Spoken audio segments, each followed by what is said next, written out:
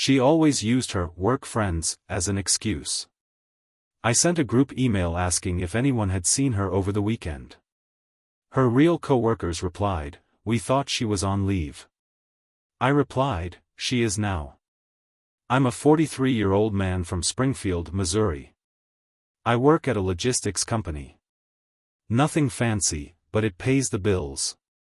I've been married to Heather for 9 years. She's a nurse at Mercy Hospital. Everyone always said we looked like the perfect couple.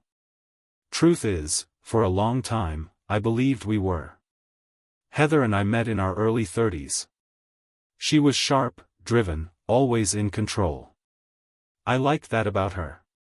She liked that I was stable. That I wasn't some guy trying to impress everyone at a bar. We had a quiet life. Movies on Fridays, breakfast at the same diner every Sunday morning. It wasn't flashy, but it was ours. That started to change around year 7. She got a promotion at work, started managing night shift schedules. With that came a bigger workload, and according to her, more after-hours obligations. Work dinners, weekend get-togethers, overnight shifts. She always mentioned work friends, like they were a second family. I believed her for a while. At first, the changes were small. She'd come home an hour or two later than usual. Then it was whole evenings gone. She'd text, "Staying late, short-staffed again." Or, "Grabbing drinks with Stephanie and the crew. Don't wait up." I didn't like it, but I wanted to be a good husband. I didn't want to be controlling. I figured maybe I was overthinking it.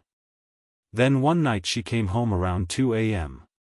She was half drunk, giggling, and said she'd crashed at Jess's place after too many tequila shots. Jess was another nurse I'd heard about. I asked why she didn't call. She brushed it off. Said her phone died. That was the first time I really felt something was wrong. A chill in my gut. From then on, it got worse. Whole weekends where she claimed she was filling in for someone. Once, she told me she had to work a double shift on a Sunday, which seemed off. But I didn't argue. I trusted her. Or maybe I didn't want to admit what was happening. We stopped being close. No more Sunday breakfasts. No more touching in bed. She'd be out of the house all day and not even say where she was going. I'd ask simple questions, like, "How was work?" and she'd snap at me. "God, I'm tired, do we have to do this every day?" she'd say. It made me feel small. Then came the Sunday in July that broke it all. She came home around 10:45 p.m. She looked worn out, hair messy, lipstick smeared. She said her coworker Stephanie had a family emergency and needed someone to watch her kids for a few hours.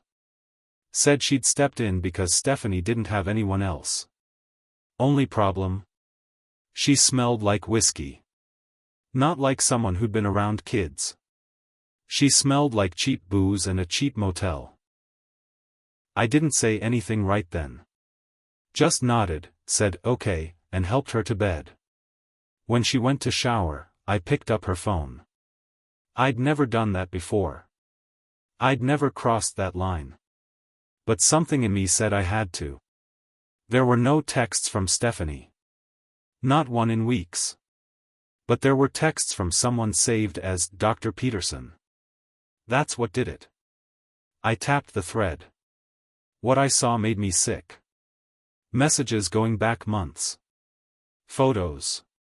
Voice memos. All of it sexual.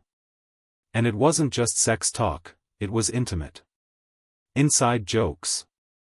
Nicknames. Plans. They talked about hotels in Branson. They'd met up multiple times, always on the weekends. She claimed she was working extra. I looked up the number. His name was Jared. He wasn't a doctor. He worked at a damn car dealership. She had a whole other life.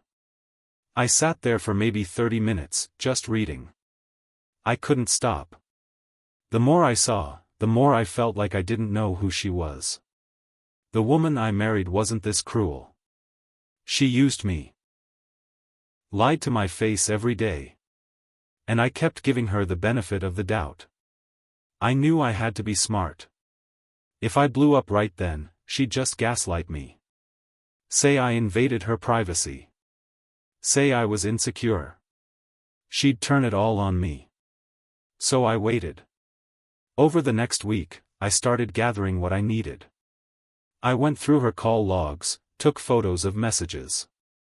I made sure I had everything backed up in a folder, on a flash drive I hid in my work locker. Then I came up with my plan. I didn't talk to her about what I knew.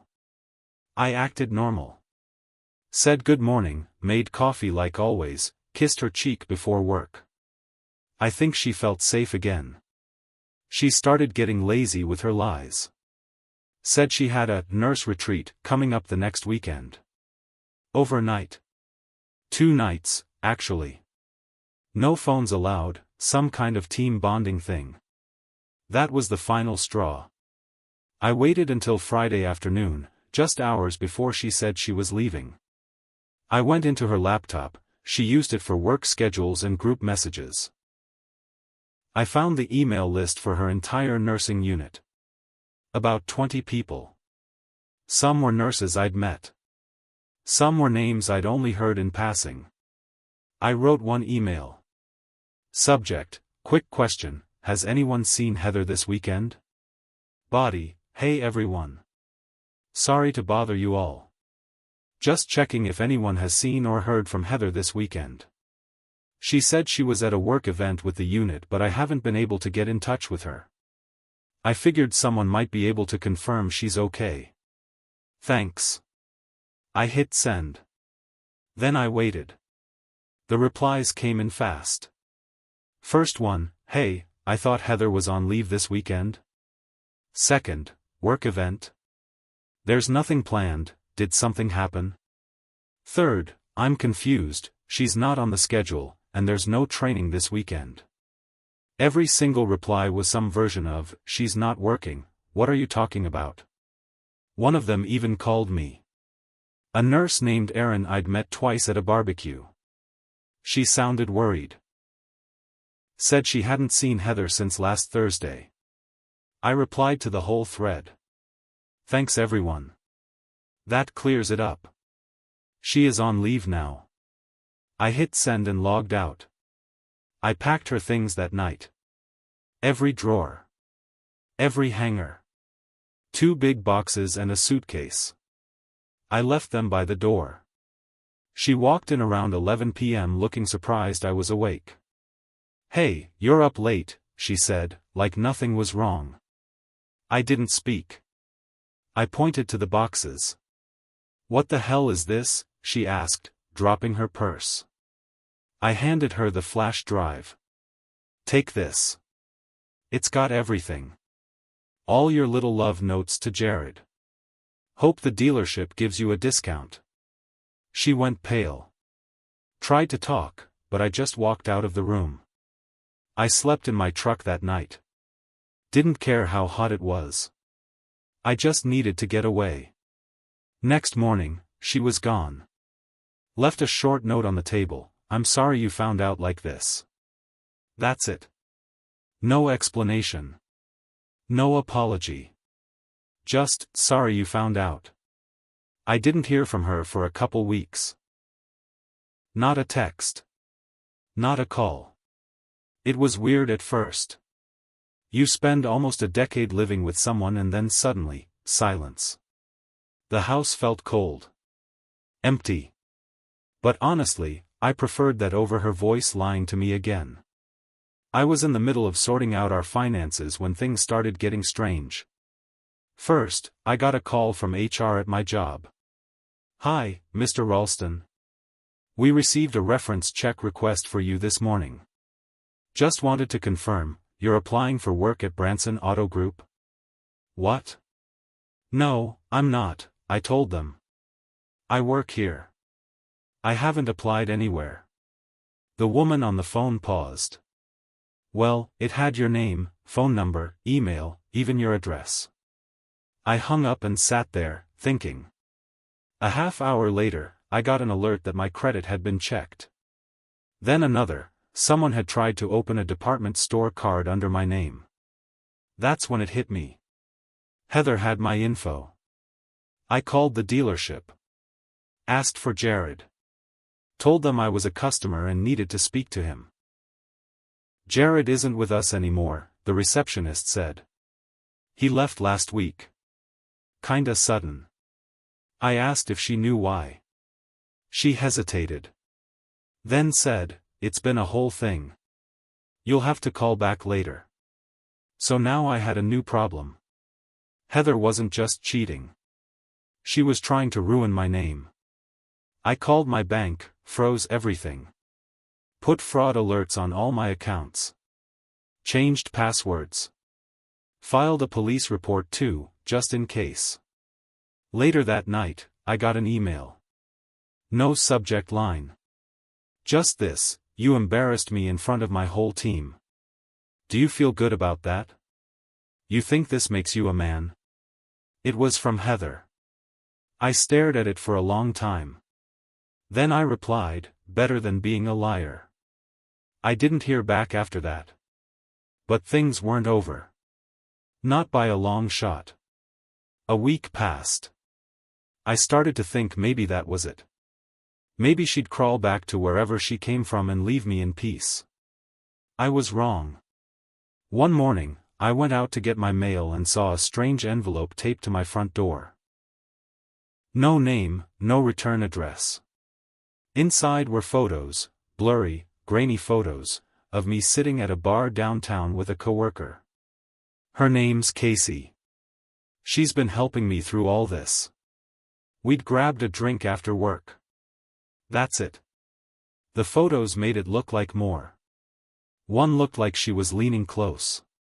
Another caught her hand brushing mine. Innocent stuff, but someone watching from a distance wouldn't think so. There was a note inside. Handwritten. Said, "Watch your back. You're not the only one who knows how to play games. Heather." I snapped. I called her. Straight to voicemail. I texted, "You leave me alone or I go to the police again. Last warning." She didn't reply. But things got worse. She started calling my boss.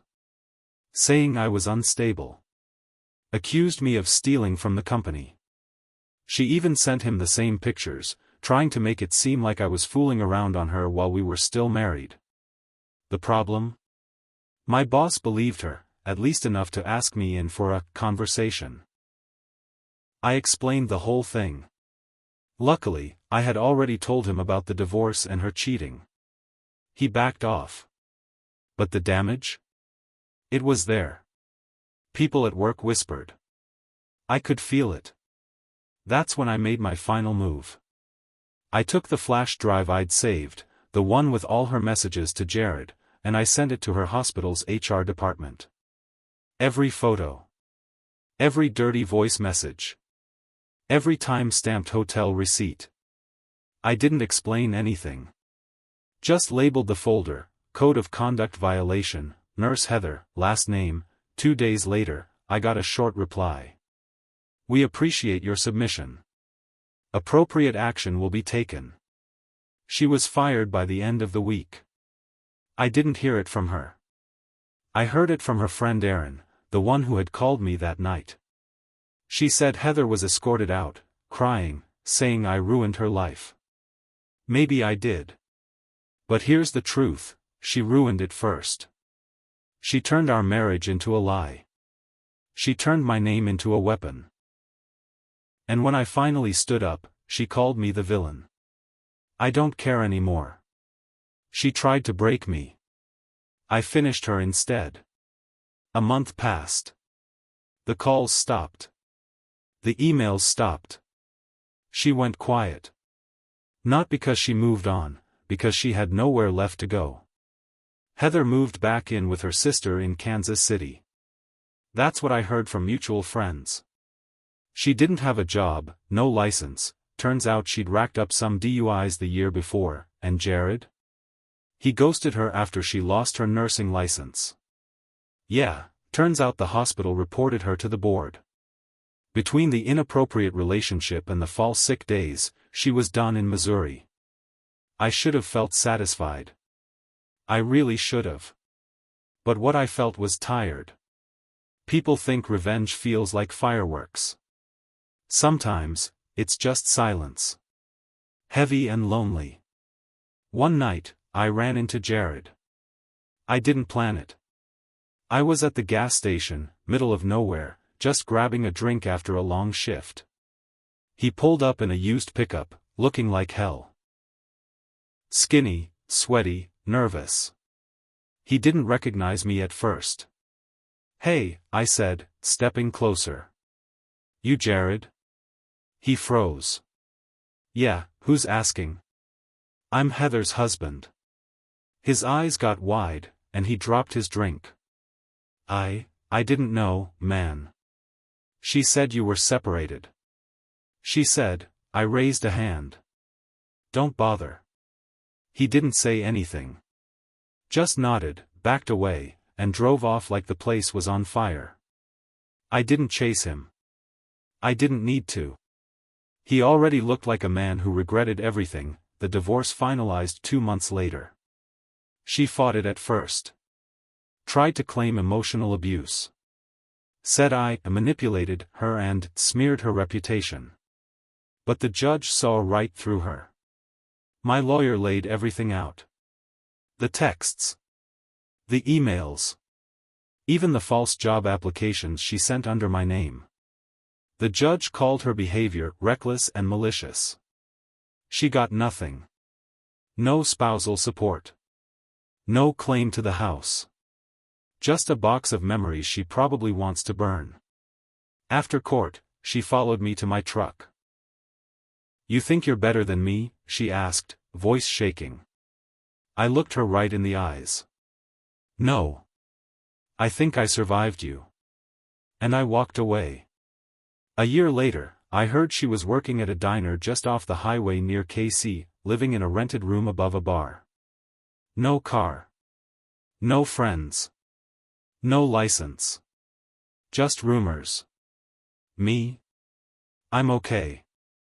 Still at the same job. I started going to therapy. Bought a dog. Small things, but they feel like mine. Sometimes people ask if I'd do it all again. The emails. The exposure. Getting her fired. Ruining her life. And I say this, I didn't ruin anything.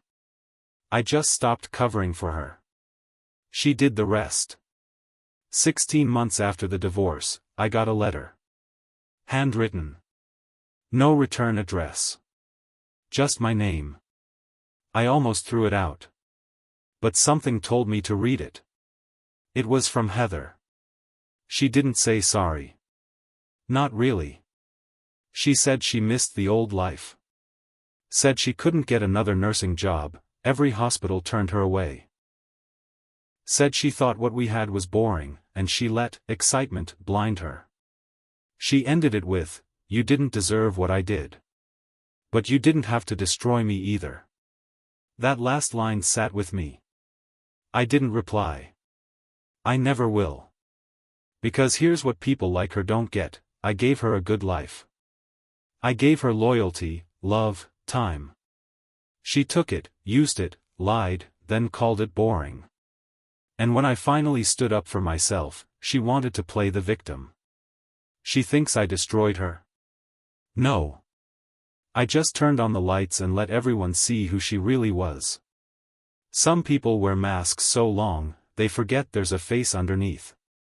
She got so used to lying, she didn't even know how to tell the truth anymore. She said I could have let it go. Maybe I could have. But if I had, she'd still be lying. Still cheating. Still using me as her safety net while playing house with men like Jared. So no, I don't regret a single thing. She used to say, "I need space." Well, now she's got it. Plenty of it. And I'm finally free.